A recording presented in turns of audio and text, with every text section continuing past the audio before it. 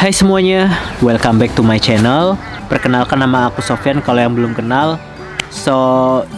Buat teman-teman yang selama ini udah nonton dan subscribe, thank you banget udah support channel aku selama ini. Dan buat teman-teman yang belum subscribe, subscribe ya.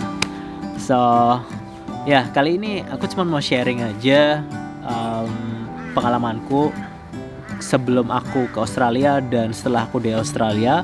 Apa sih yang harus aku lakukan? Karena waktu itu aku sedikit bingung. Kenapa bingung? Waktu itu aku gak tahu kota mana yang harus aku tuju.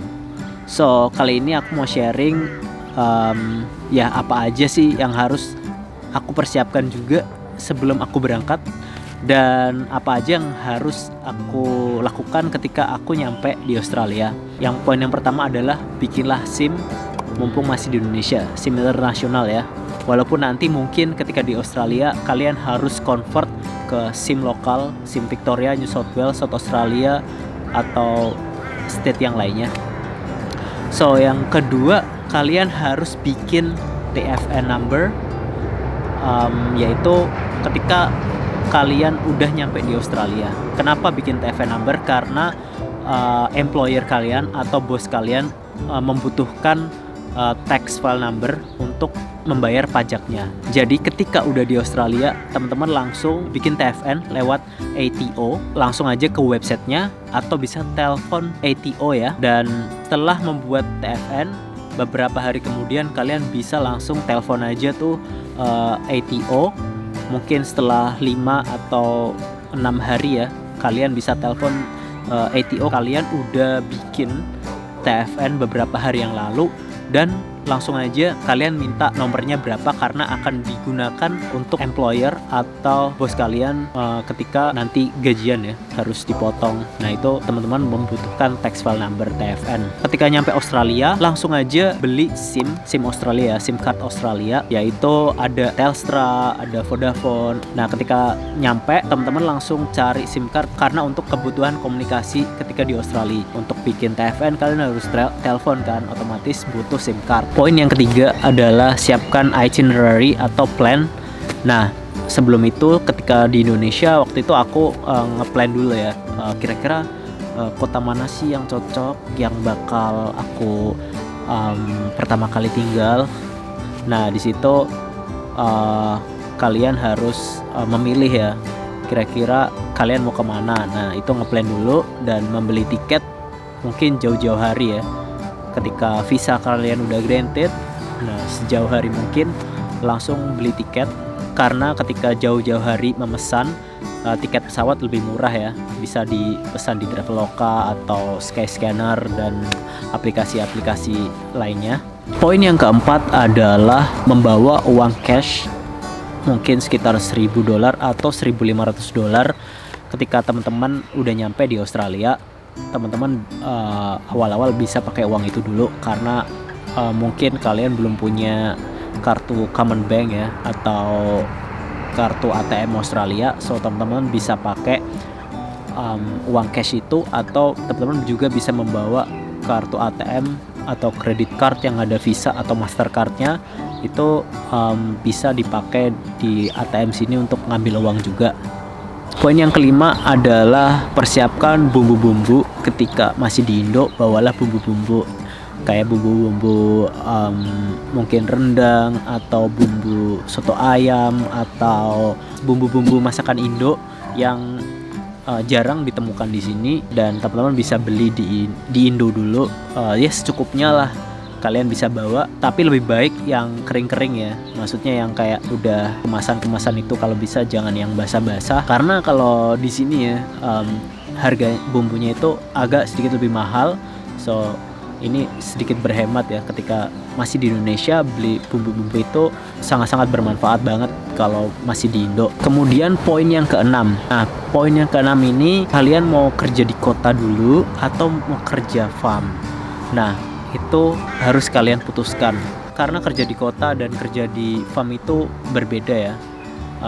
Mungkin dari hospitality sama farm itu keduanya bener-bener sangat-sangat berbeda, dan ya teman-teman harus milih gitu.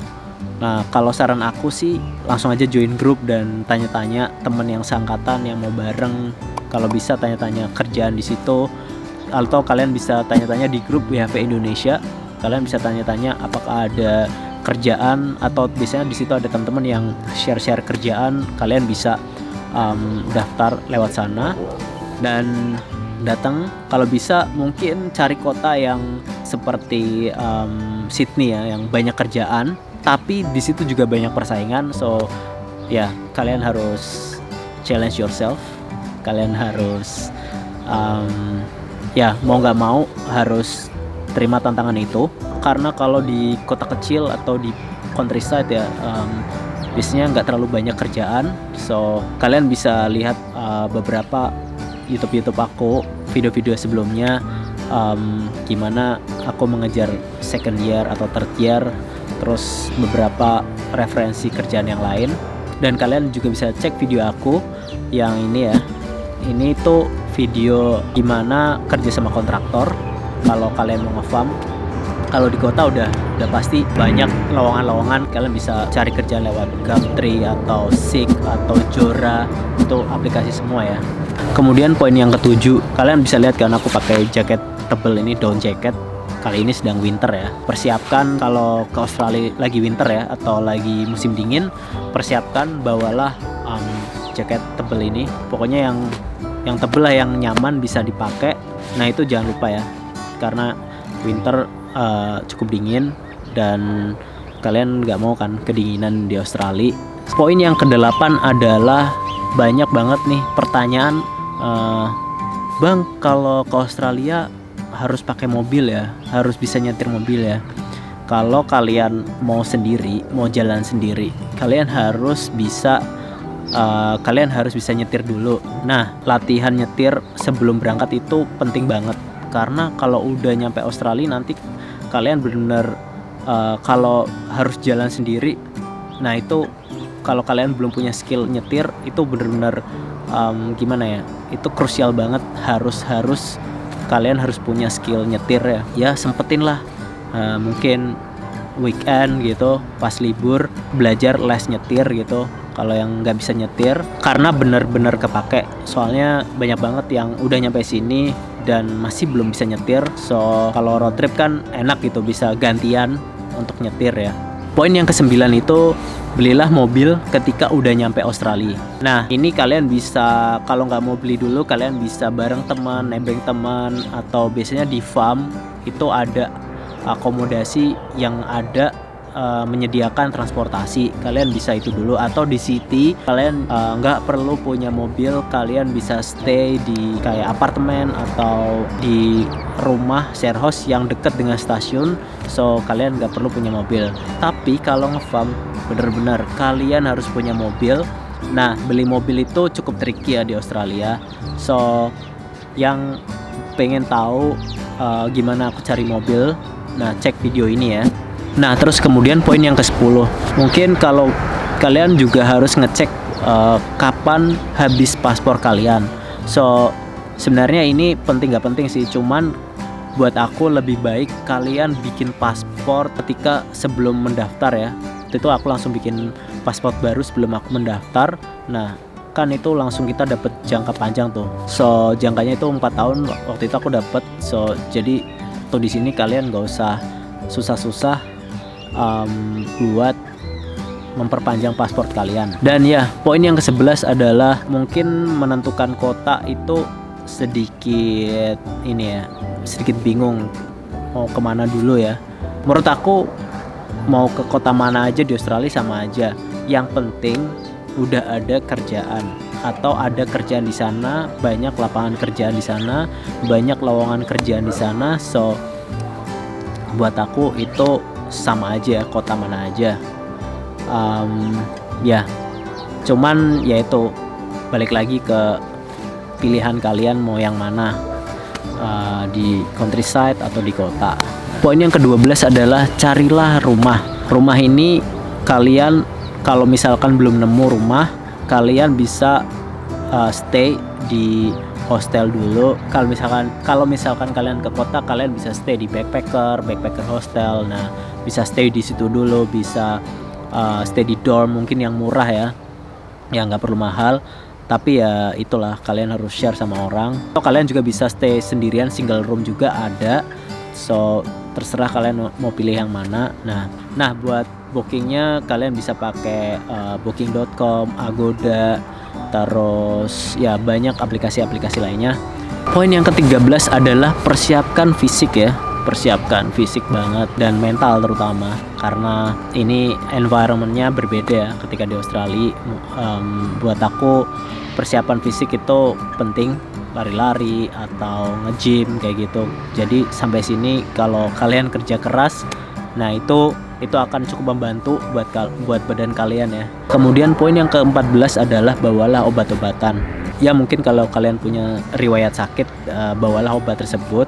Dan kalau aku sih kayak bawa kayak tolak angin, terus obat-obat flu kayak gitu-gitu, terus salon pas, koyo, terus balsem ya buat ya gimana ya buat mengobati tubuh kita yang lelah bekerja ya, yang kerja keras di Australia.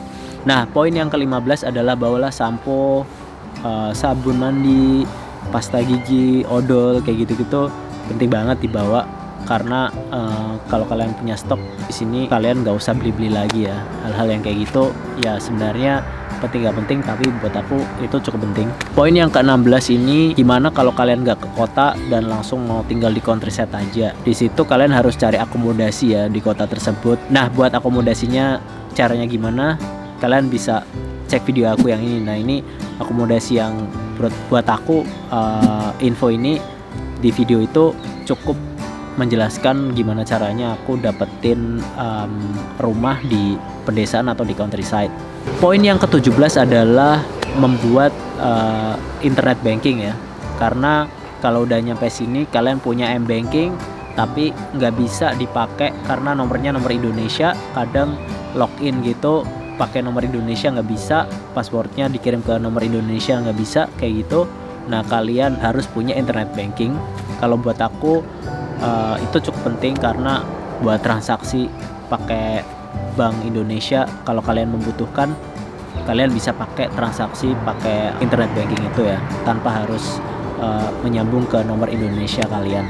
Yang terakhir ini ya, nah poin yang ke-18 ini ya pokoknya latihan good communication skill ya, buat cari teman baru. Biar enak aja kalian ketemu orang-orang baru di sini, gimana beradaptasi, karena beradaptasi di Australia cukup cepet ya perubahannya gitu.